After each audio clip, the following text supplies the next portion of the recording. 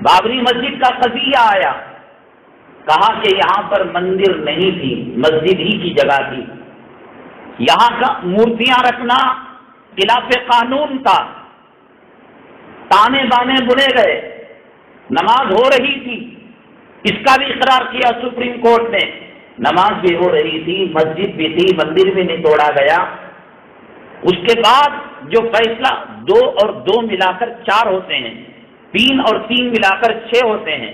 5 اور 5 ملا کر 10 ہوتے ہیں، نتیجہ تو یہ ہونا چاہیے تھا کہ 2 اور 2 ملا کر 4۔ انہوں نے کہہ دیا جنہوں نے مسجد کو شہید کیا،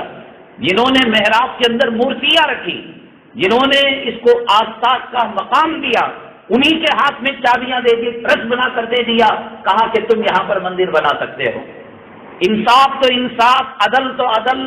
قانون تو قانون۔ ایک گلی میں پھرنے والے عام انسان کی سمجھ میں بھی بات نہیں آ سکتی، کھلی ہوئی بات سمجھ میں آ رہی ہے۔ کیا ہو رہا ہے دنیا میں، کیا ہو رہا ہے ہندوستان میں؟ جتنا ظلم اور بربریت کا شکار مسلمان ہوا،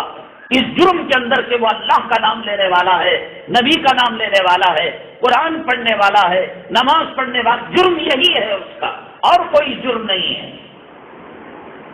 اور جتنا دہشت گردی کا الزام مسلمانوں پر لگا، دنیا کی کسی اور قوم پر نہیں لگا۔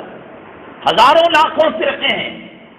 ان فرقوں میں آپس میں فرقہ وارانہ فساد نہیں ہوتا۔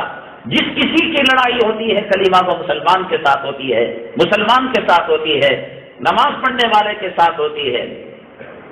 اس ہندوستان کے اندر آزادی سے لے کر اب تک 55,000 سے زیادہ فرقہ وارانہ فسادات ہوئے۔ دنیا کی کوئی اور قوم ہوتی تو زمین سے اس کا وجود ختم ہو چکا ہوتا۔ یہ آقا دو عالم جناب محمد الرسول اللہ صلی اللہ علیہ وسلم کے جوتوں کا صدقہ ہے، یہ آپ کی دعائیں ہیں اس امت پر کہ اتنا کچھ ہونے کے باوجود سینہ تان کر، کلمہ پڑھ کر، تکبیر پڑھ کر یہ امت سر اٹھا کر جی رہی ہے۔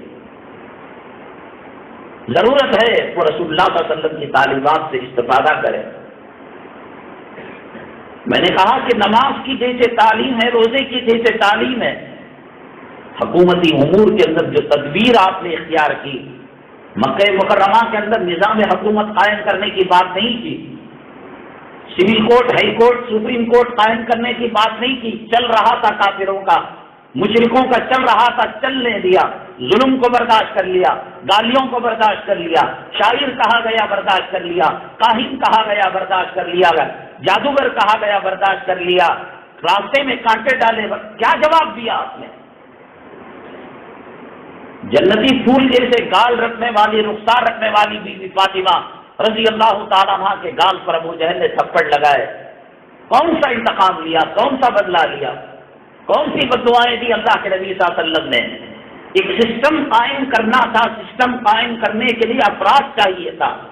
افراد تیار نہیں تھے۔ مکہ مکرمہ سے اس کی محنت ہوئی، ہجرت کرنے کے بعد مدینہ طیبہ گئے تو انصار اور مہاجرین 2 قبیلے الگ تھے،